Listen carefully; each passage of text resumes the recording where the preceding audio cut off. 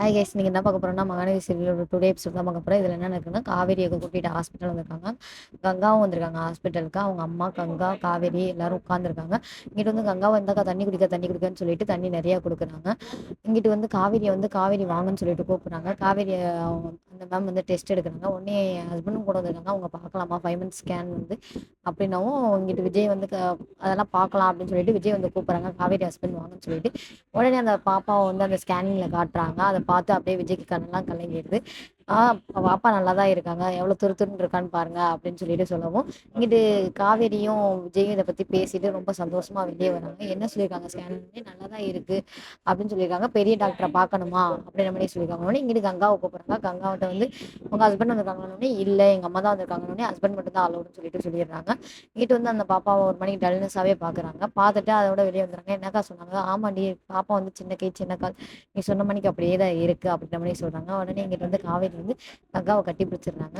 ஆமாக்கா அப்படிதாங்க எனக்கு இருந்துச்சு அப்படின்னு. இங்கிட்டு வந்து 4 பேரும் உட்காந்துருக்காங்க. உட்காந்துட்டு இருக்கும்போது அவங்க அம்மா வந்து காவேரிக்கு வந்து இப்படி வந்து சிக்கன் பாக்ஸ் வந்தது அதை பத்தி யோசிக்கிறாங்க. யோசிச்சுக்கிட்டே இருக்கும்போது இங்கிட்டு கங்காவை கூப்பிடுறாங்க. உடனே என்ன காவேரியை கூப்பிடுறாங்கன்னு சொல்லவும் கங்காவுக்கு கோவம் வந்துடுது. எப்போ பாரு உனக்கு காவேரி நினைப்பா தான் இருக்குமா அப்படின்னு சண்டைக்கு போறாங்க. உடனே இங்கிட்டு வந்து அந்த மேம் வந்து சொல்லிட்டு இருக்காங்க, டாக்டர் வந்து சொல்லிட்டு இருக்காங்க, நான் ஒரு சில மாத்திரை மட்டும் எழுதுறேன், அதை மட்டும் பண்ணுவேன், என் குழந்தை நல்லா இருக்கா அவ்வளோதானே அவ்வளோதானே, அவ்வளோதான் குழந்தை நல்லா தான் இருக்கு, ஏன் இன்னும் என்ன எதிர்பார்க்குறீங்க அப்படின்னும், இல்லை சொந்தத்துக்குள்ளே கல்யாணம் பண்ணால் இப்படி ஊனமாக பிறக்குன்னு சொல்லிட்டு சொல்கிறாங்க, அதான் நான் கேட்குறேன் அப்படின்னு.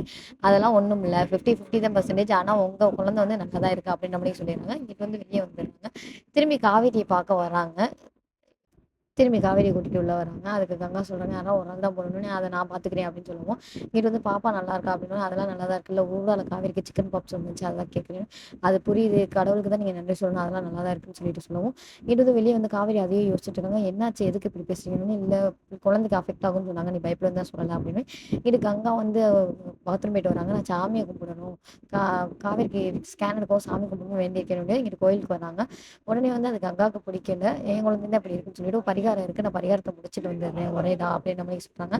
தலையில தண்ணியை தூக்கி ஊத்துறாங்க. இதெல்லாம் எதுக்குமா பண்றா அப்படின்ற மாதிரி காவேரி சொல்றாங்க. கங்கா அப்படியே ஒரு மாதிரி பார்த்துட்டு நிற்கிறாங்க. இதோட இந்த எபிசோடு முடியுது. இந்த மாதிரி இன்ட்ரெஸ்டான வீடியோ பார்க்க மறக்காம நம்ம சேனலை சப்ஸ்கிரைப் பண்ணிக்கோங்க. ஓகே, பாய்.